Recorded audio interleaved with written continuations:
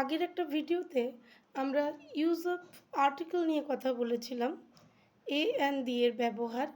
সেক্ষেত্রে এ আর অ্যান নিয়েই আমরা কথা বলেছিলাম।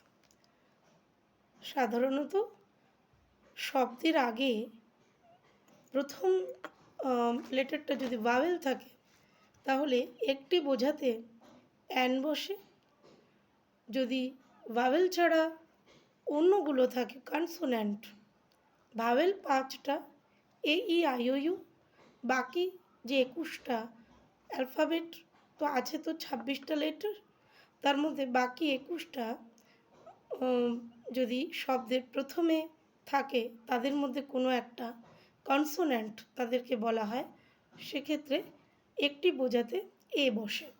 এটা তো সাধারণ নিয়ম, এটা আমরা জানিও শিখেও গিয়েছি। কিন্তু আমরা জানি কিছু ব্যতিক্রম আছে।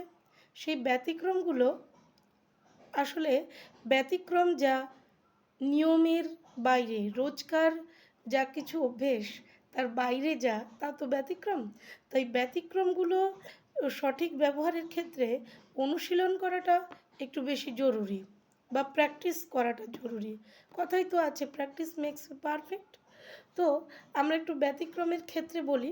ধরো, ভাওয়েল দিয়ে গঠিত কোনো শব্দ, তার আগে তো একটি বোঝাতে অ্যান বসে, কিন্তু কিছু ভাওয়েল আছে যাদের ক্ষেত্রে একটি বোঝাতে এ বসে।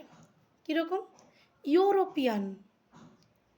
ইউরোপিয়ান কথাটা আমরা বানানটা কি আছে?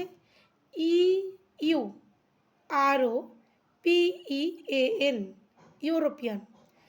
ই ইউ উচ্চারণটা ইউ যে হচ্ছে, ই এর উচ্চারণটা যেভাবে আসছে ইউ, ই ইউ আছে।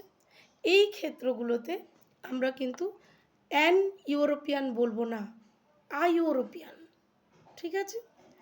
তাহলে আমরা কি শিখলাম? ই বা ইউ এর উচ্চারণ যদি ইউ এর মতো হয়, ই বা ইউ তার উচ্চারণ যদি ইউ এর মতো হয়, সেক্ষেত্রে কিন্তু আমরা অ্যান বসাই না, এ বসাতে হয়। ঠিক আছে? যেমন ই এর উচ্চারণ দেখলাম ইউরোপিয়ানের ক্ষেত্রে। আবার যদি বলি ইউনিভার্সিটি, ইউএনআই, ইউনিভার্সিটির ক্ষেত্রে ইউএনআই, ইউনি, তো ইউ এর উচ্চারণটা দেখো ইউ এর মতোই, সেক্ষেত্রে কিন্তু অ্যান ইউনিভার্সিটি না, আ ইউনিভার্সিটি। ঠিক আছে? এটা ব্যতিক্রম।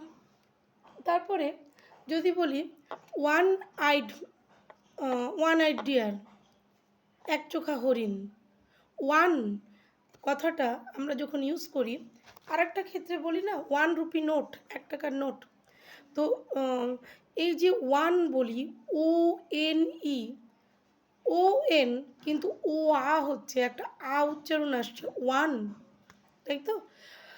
এই সব ক্ষেত্রগুলোতে আমরা কিন্তু অ্যান বলবো না, অ্যানের ইউজ করবো না, এ ইউজ করবো।